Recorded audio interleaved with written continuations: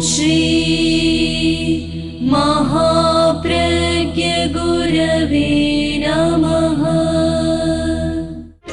जिसके सांसों में रहता है शाश्वत शांति का स्पंदन, उस महाप्रज्ञ को वंदन, उस महाप्रज्ञ को वंदन। सत्य अहिंसा अनेकांत को अर्पित जिसका तन मन, उस महाप्रज्ञ को वंदन, उस महाप्रज्ञ को वंदन। जिसके सांसों में रहता है शाश्वत शांति का स्पंदन, उस महाप्रज्ञ को वंदन, उस महाप्रज्ञ को वंदन।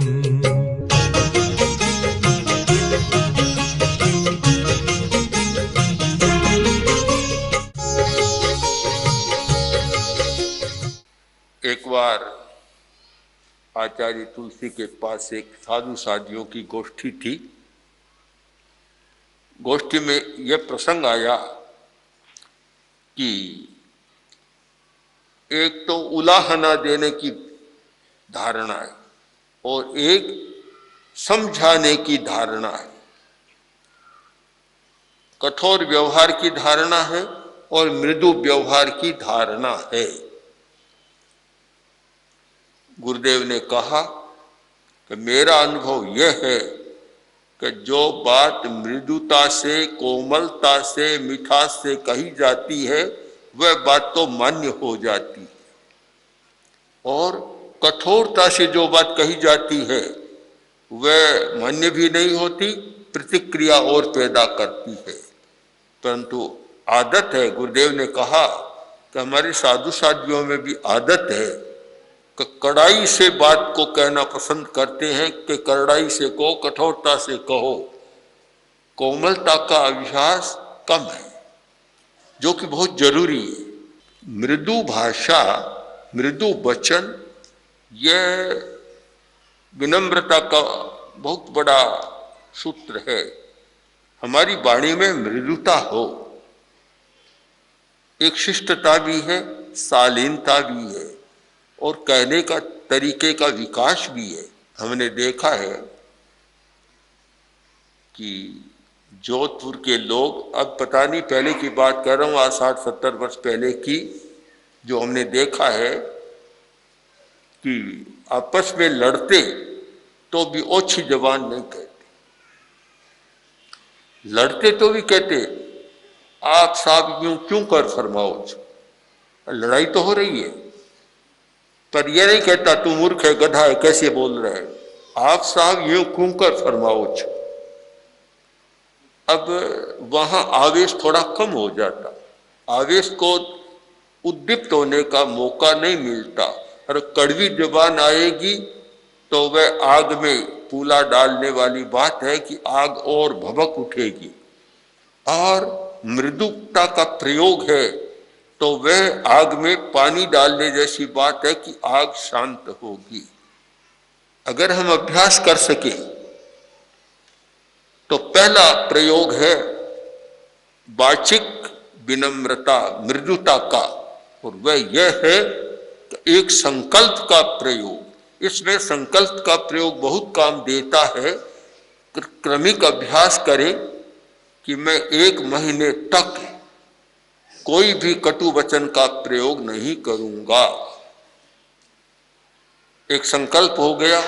संकल्प है तो संकल्प के साथ जागरूकता बढ़ती है, सावधानी बढ़ती है, और वह सावधान रहता है कि मेरे मुंह से कोई भी कटु शब्द न निकले।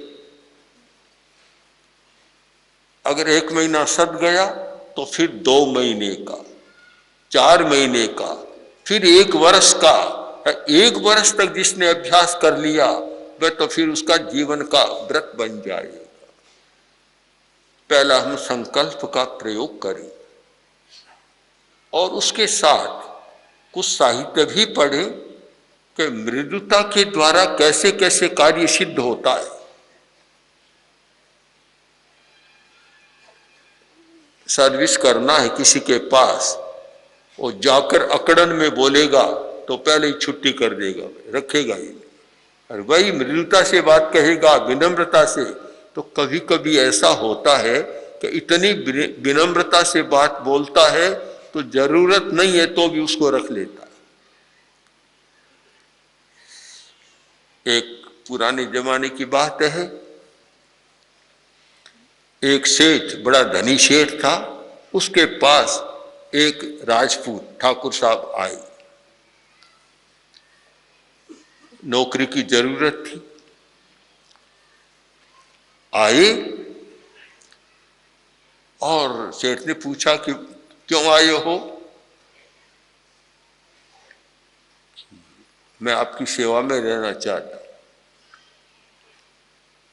सारी बात की, इतनी मधुरता के साथ बात की कि सेठ उनकी वाणी की मधुरता से मुग्ध हो गया और उन्हें रख लिया, जबकि आवश्यकता नहीं थी आदमी की।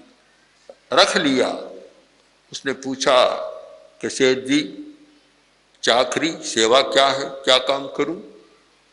देखिए ठाकुर साहब, कोई और काम नहीं है तो आप मुझे पानी पिला दिया करें। काम सौंप दिया। अब उसका राजपूत भाई का व्यवहार इतना मधुर, वाणी इतनी मधुर थी कि सेठ कभी अलग छोड़ता ही नहीं, अब निरंतर अपने साथ रखता। एक बार यात्रा पर जा रहा था सेठ, साथ में ठाकुर साहब भी थे। पुराने लोग जब यात्रा पर जाते तो पानी का वह घट जारी रखते थे, जारी। तो पानी था, रास्ते में पानी पूरा हो गया। अब गर्मी का मौसम था, पानी की जरूरत थी। तो ठाकुर साहब ने कहा, सेठ जी मैं थोड़ी देर गांव में जाकर आता हूं। क्यों? कि पानी की जरूरत है और कुआं सामने दिख रहा है, मैं जाकर अभी आ जाऊंगा। वहां गया, जैसे ही कुएं के पास गया और लोगों ने कहा, अरे कहाँ जा रहे हो? कि पानी लेने जा रहा हूं। भूल मत करना, इस कुएं पर जो गया वह वापस नहीं आएगा, यहां तो मृत्यु निश्चित है, तुम यहां मत जाना। उसने कहा, भाई मुझे जरूरत है, मैं तो डरता नहीं हूं, राजपूत हूं, डरता नहीं हूं, क्षत्रिय हूं, और मौत आएगी तो देखूंगा, सामना करूंगा, कोई बात नहीं। मनाई करते करते भी वह तो चला गया। ऊपर गया, कुएं से पानी निकाला, और पानी निकाला इतने में ही एक प्रेत आत्मा सामने आकर खड़ी हो, और वह बोली कि पानी ले रहे हो यहां से? हाँ, तुम जानते नहीं कि यहां से पानी लेने वाला जब मेरे प्रश्नों का उत्तर न दे तब तक जा नहीं सकता। मेरे 2 प्रश्न हैं। बोला, बोलो। कि पहला प्रश्न तो ये बोलो, मैं कैसा लग रहा हूं? तो ठाकुर साहब ने कहा कि देव, ये कौन सा प्रश्न आपका? जैसे इंद्र अपने आसन पर बैठकर लगता है तो आप अपने आसन पर बैठकर लगते हो। ये नहीं कहा कि भद्दे लग रहे हो, खराब लग रहे हो। सारा देवता प्रसन्न हो गया। दूसरा प्रश्न, हाथ में था शस्त्र हड्डियों का, ये कैसे लग रहा है? कि जैसे इंद्र के हाथ में अपना अस्त्र वज्र, वैसे ही आपका अस्त्र आपके हाथ में वज्र है। दोनों प्रश्न सुनार खुश हो गया। बोला कि तुम पानी ले सकते हो, और तुम्हारी मधुर वाणी पर मैं इतना मुग्ध हूं, मैं तुम्हें कोई वर देना चाहता हूं, मांगो, कोई बात मांगो, मैं देना चाहता हूं। तो ठाकुर बोला कि दिव्य आत्मन, मुझे कोई जरूरत नहीं है, मैं तो एक बात मांगना चाहता हूं कि यहाँ कोई पानी लेने आते हैं और आप उसे मार देते हैं, इसे बंद कर दे बस। क्यों मारते हैं आप?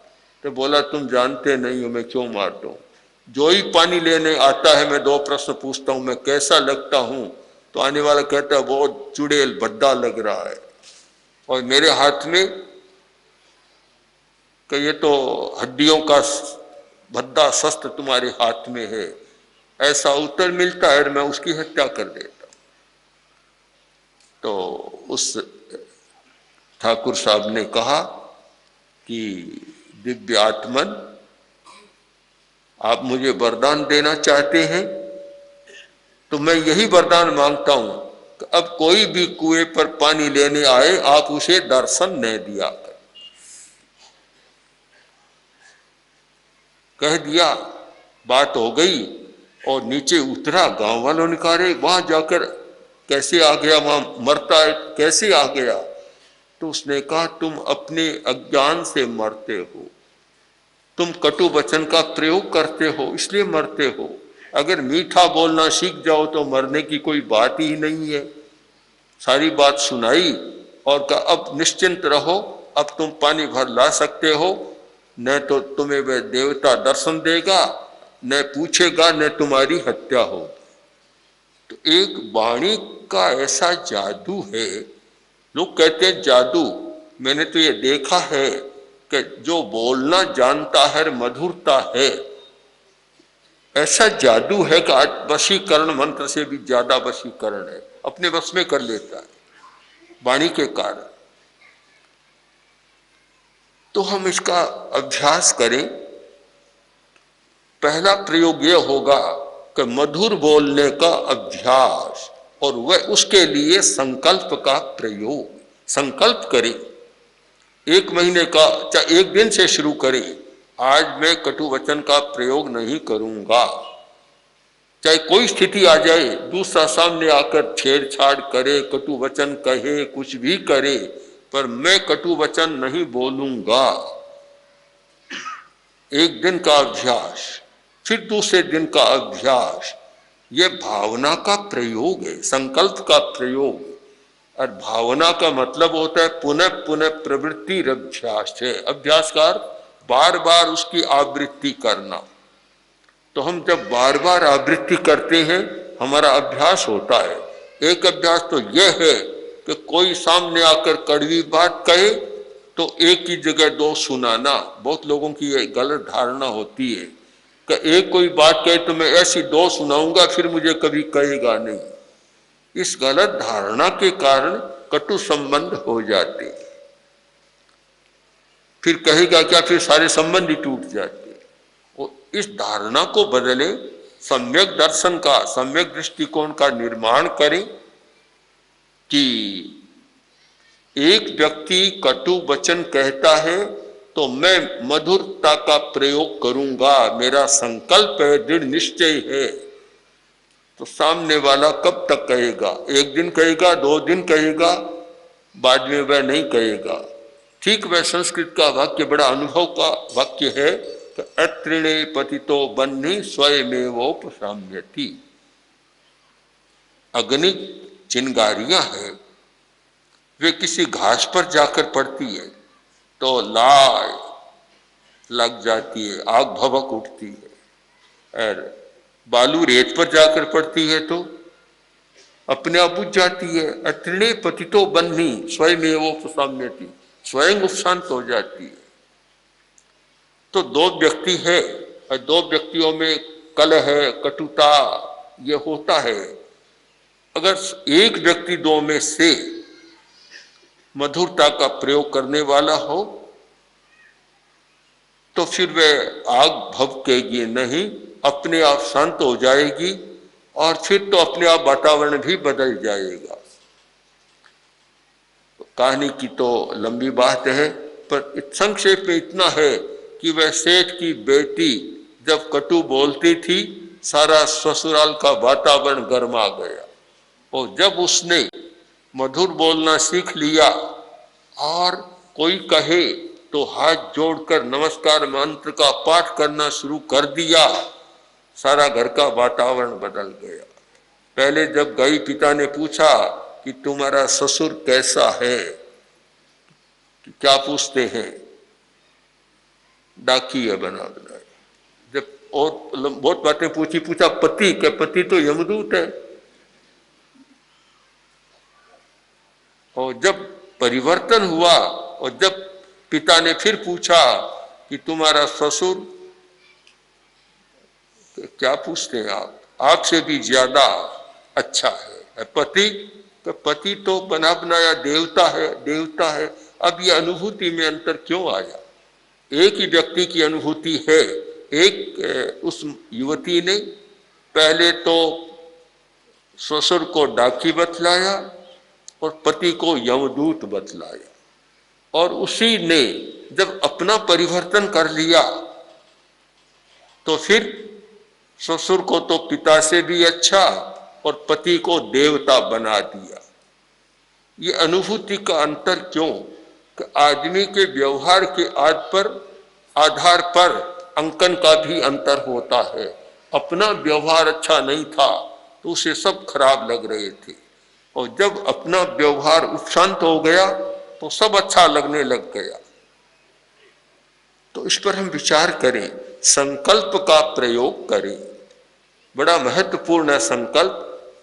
और हमने ये देखा है कि परिवर्तन के लिए अनुप्रेक्षा शायद सबसे अधिक कारगर है। अनुप्रेक्षा से बहुत परिवर्तन होता है, और अनुप्रेक्षा से परिवर्तन होता है ये आगम से भी सिद्ध है। अनुप्रेक्षा के बारे में जो उत्तराध्ययन में बतलाया गया बड़ा महत्वपूर्ण सूत्र है कि तिब्बाणुभावो मंदानुभावो करे। जो कर्म उदय में आने वाला है, चाहे क्रोध का, अहंकार का, और भी कोई कर्म उदय में आने वाला है और उसका विपाक तीव्र है, तीव्र विपाक के साथ वह उदय में आएगा। किंतु जब अनुप्रेक्षा का प्रयोग किया, मंदानुभाव, उसका अनुभव मंद हो जाएगा। उदाहरण ले लें कि अहंकार, अब अहंकार का उदय होने वाला है, कर्म उदय में आ रहा है, उस समय अहंकार में वह ऐसा व्यवहार करता है कि दूसरों में प्रतिक्रिया पैदा कर देता है और दूसरों के लिए अप्रिय भी बन जाता है। और जब विनम्र मधुरता की या मृदुता की अनुप्रेक्षा की, विनम्रता की अनुप्रेक्षा की, अनुप्रेक्षा करते करते जो तीव्र उदय में आने वाला कर्म था उसको मंद बना दिया, उसके अनुभव को, विपाक को मंद बना दिया। अब वह कोई भी समस्या पैदा नहीं कर रहा है। तीव्र कर्म का तीव्र उदय समस्या पैदा करता है और मंद होता है तो आता है चला जाता है, कोई समस्या पैदा नहीं करता। प्रदेशोदय में कर्म आते रहते हैं पर कोई समस्या पैदा नहीं करते, और विपाकोदय में आते हैं तो बहुत समस्या पैदा करते हैं। तो ये तीव्र को मंद बनाने की प्रक्रिया, उसका प्रयोग हमें सीखना चाहिए। हम तीव्र को मंद कैसे कर सके? चाहे क्रोध तीव्र है, अहंकार तीव्र है, माया कपट का भाव तीव्र है, लोभ तीव्र है, ये तीव्र है, ये सब समस्या पैदा करने वाले, शरीर की समस्या भी, मानसिक समस्या भी, और भी समस्या पैदा करने वाले हैं, व्यवहार को भी कटु बनाने वाले हैं। और जब इनका हम मंदीकरण कर देते, अनुप्रेक्षा के द्वारा मंद बना देते हैं, उनकी तीव्रता नष्ट हो जाती है। करेले को इतनी धुलाई की कि कड़वाहट उसकी नष्ट कर दी। आदमी सीधा करेला नहीं खा सकता, पर कड़वाहट को कम कर दिया तो अच्छी तरह खा सकता है। अगर कोई पारद को सीधा खा जाए तो मौत, पारद तो जहर है, अगर सीधा खा जाए तो मृत्यु हो जाती है। और पारद का भी जब शोधन कर देते हैं तो पारद अमृत बन जाता है। और आयुर्वेद में तो पारद का बड़ा महत्व है। रस, सारा रस, रस का मतलब ही पारद है, रसायन सारे पारद के आधार पर। तो पारद तो जिलाने वाला है, चिरायु बनाने वाला, शक्ति देने वाला, पर कब पारद का शोधन हो जाए। क्या हम ऐसा कर सकते हैं कि क्रोध का भी शोधन कर ले, जिससे क्रोध की तीव्रता समाप्त हो जाए, अहंकार का भी शोधन कर ले, उसकी तीव्रता समाप्त हो जाए, तो फिर अपने आप विनम्रता का विकास होगा। और उसके शोधन के लिए एक सबसे बड़ा शक्तिशाली उपाय है अनुप्रेक्षा, विनम्रता की अनुप्रेक्षा, मृदुता की अनुप्रेक्षा, कंठ को शिथिल करना। जो व्यक्ति कंठ को शिथिल करना जानता है उसका मन भी बहुत अच्छा एकाग्र होता है, क्योंकि स्वर यंत्र यहाँ है और स्वर यंत्र ही सारी चंचलता पैदा करने वाला है। स्वर यंत्र से भाषा, चाहे आप बोले मत, किंतु स्वर यंत्र में तो भाषा का कार्य हो रहा है। अनेक परीक्षणों के बाद भी, वैज्ञानिक परीक्षणों के बाद भी यह पता चला कि एक आदमी सपना लेता है तो भी स्वर यंत्र सक्रिय हो जाता है। भाषा का कोई भी प्रयोग है वह स्वर यंत्र की सक्रियता के बिना नहीं होगा। न बोलना, यह मौन तो बहुत स्थूल बात है। वास्तव में मौन का अर्थ क्या है कि स्वर यंत्र को शिथिल कर देना, कंठ का कायोत्सर्ग करना। वास्तविक मौन तो यह है, बोलो मत और मन में इतना सोच रहा है तो आपका स्वर यंत्र तो काम कर रहा है, भाषा काम कर रही है, तनाव भी पैदा हो रहा है। तो फिर कायोत्सर्ग का लाभ कहाँ हुआ, मौन का भी लाभ कहाँ हुआ। मौन करने वाले भी ध्यान दें, जिस दिन मौन करे या जिस घंटा मौन करे, जिस समय मौन करे, तो साथ साथ में ध्यान भी कंठ पर कर ले, कंठ का कायोत्सर्ग करे, तो इतना बढ़िया मौन होगा, ध्यान भी हो जाएगा और मौन भी हो जाएगा। और मौन तो कर लिया और दुनिया भर की तो बातें सोचते रहो, और नहीं बोलना है तो लिख कर बताते रहो, काम तो पूरा हो गया, क्या फर्क पड़ा। केवल होठों का, वाणी का व्यवहार नहीं हुआ और तो काम पूरा हो रहा है सारा। तो इसलिए कंठ का कायोत्सर्ग ये एक बहुत महत्वपूर्ण उपाय है, और आवेश को शांत करने के लिए, अहंकार को शांत करने के लिए बड़ा सुंदर उपाय है। क्योंकि अहंकार की अभिव्यक्ति कहाँ होती है, अहंकार ये कहते हैं ना, अकड़ कर सिर नहीं झुकेगा, एकदम अकड़ गया, और अहंकार में होता है और ऐसे अकड़ा लेता है। ये अकड़न सारी गले में पैदा होती है, कंठ में पैदा होती है। और विनम्र और मधुर और मृदु बनना है तो कंठ को ही लचीला बनाना होगा। विशुद्धि केंद्र का ध्यान इसके लिए बहुत उत्तम उपाय है। तो अहंकार विलय कहो, चाहे अहंकार की तीव्रता को कम करना। अहंकार ऐसे तो वीतराग नहीं होता, जो वीतराग नहीं, अहंकार तो होता है। विलय का मतलब यह है कि उसकी तीव्रता को हमने कम कर दिया। जब तीव्रता कम हो गई तो शांति हो गई। बस तीव्रता को कम करना है, इस कड़वाहट को कम करना है, इसकी धुलाई करना है, साफ हो जाए।